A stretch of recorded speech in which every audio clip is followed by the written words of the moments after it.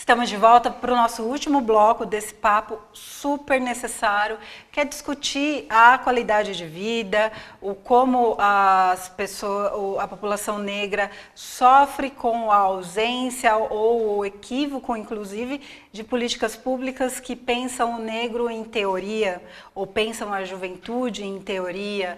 A gente viu há poucos dias o formato como o prefeito João Dória escolheu atingir a Cracolândia, como ele escolheu atingir os grafiteiros, e isso com certeza não é exclusividade de São Paulo. A gente também vive um momento muito delicado em relação à política nacional, com uma mudança, uma guinada em relação ao que era o projeto, que a gente pode falar um monte de coisas, mas também teve as suas virtudes em relação ali ao período Lula, Dilma, e agora em relação ao governo Temer.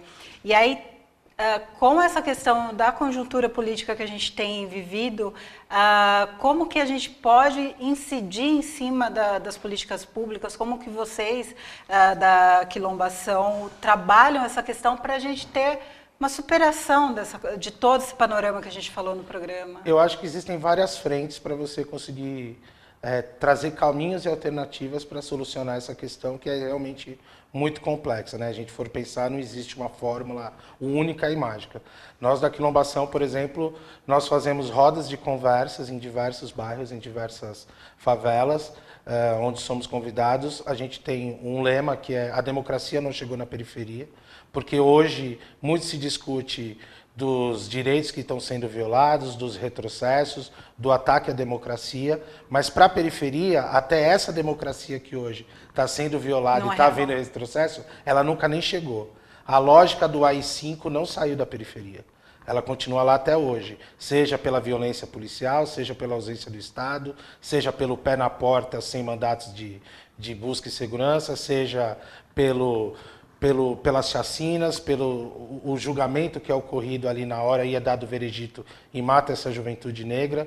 Então, toda essa lógica de que se pensa de um país democrático, de um Estado de Direito, esse Estado de Direito ainda não chegou na periferia. Então, nós vamos conversar com a população, conversar com as pessoas que sejam nas suas associações, sejam hoje nos coletivos que existem na periferia, que também é uma alternativa. Eu acho que a cultura também e essa informação, para que as pessoas tenham possam discutir isso nas suas casas, possam multiplicar essas informações, são fundamentais. Hoje você tem a área cultural com os saraus nas periferias, são fundamentais e que trazem essa discussão dentro da sua poesia, dentro das suas representações artísticas. Você tem o hip hop, você tem o próprio samba, você tem as manifestações culturais hoje na periferia, são fundamentais para que você consiga trazer essa discussão. E aí essa sociedade civil, seja ela organizada ou não, de representar isso na hora do seu voto, na hora de pensar qual é o projeto político de determinado vereador, deputado, do seu senador, e até o projeto político para a presidência. Então, pensando agora, trazendo mais para a questão do papel do Estado, no governo Lula, por exemplo, alguns avanços que se tiveram pensando nessa questão da educação, a Lei 10.639. Foi a primeira lei sancionada pelo governo Lula, que ela traz a discussão da educação nas escolas públicas e particulares, a obrigatoriedade de discutir a história da África e afro-brasileira. Então isso você trabalha na questão da autoestima dessas crianças, da construção de identidade, e quando pensa isso nessa educação, numa educação mais plural, ela não atinge só positivamente a população negra. Ela é fundamental para toda a população. E aí você tem, por exemplo, a criação do Plano Juventude Viva. O Plano Juventude Viva, onde os municípios que se aderem a esse plano pensam em políticas públicas de combate a esse genocídio de juventude, e tem um dado importante nessa questão, que é, se é criado essa política pública, o Estado acaba assumindo que se tem um problema. E aí ele acaba tendo que ser cobrado mais ainda. Então você tem esses retrocessos hoje, na conjuntura política que nós estamos, que essa discussão ela sempre é feita de uma forma muito rasa, muito do senso comum, e não consegue se discutir isso de uma forma mais aprofundada. E aí um conservadorismo hoje que vem crescendo, sejam muitas vezes da população nas redes sociais ou no nosso próprio Congresso, que é branco, que é um congresso de pessoas acima dos 40 anos, e que são de homens. Então, essa representatividade não está formada também nos nossos parlamentos. E isso é fundamental para que esse genocídio continue ocorrendo.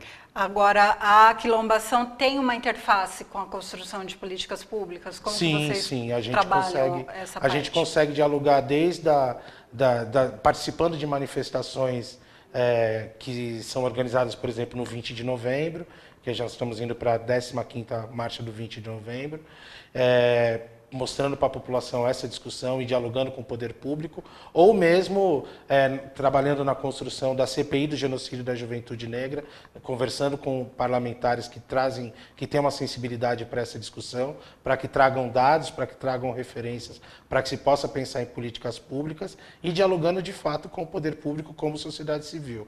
Hoje, a quilombação, por exemplo, foi eleita, por acaso eu sou um dos representantes do Conselho Municipal de Promoção de Igualdade Racial da cidade de São Paulo. Então, a gente também dialoga, acho importante esse diálogo com o poder público, para que se pensar políticas públicas que ajudem a diminuir essa questão da violência contra a juventude negra e contra a população negra no Brasil.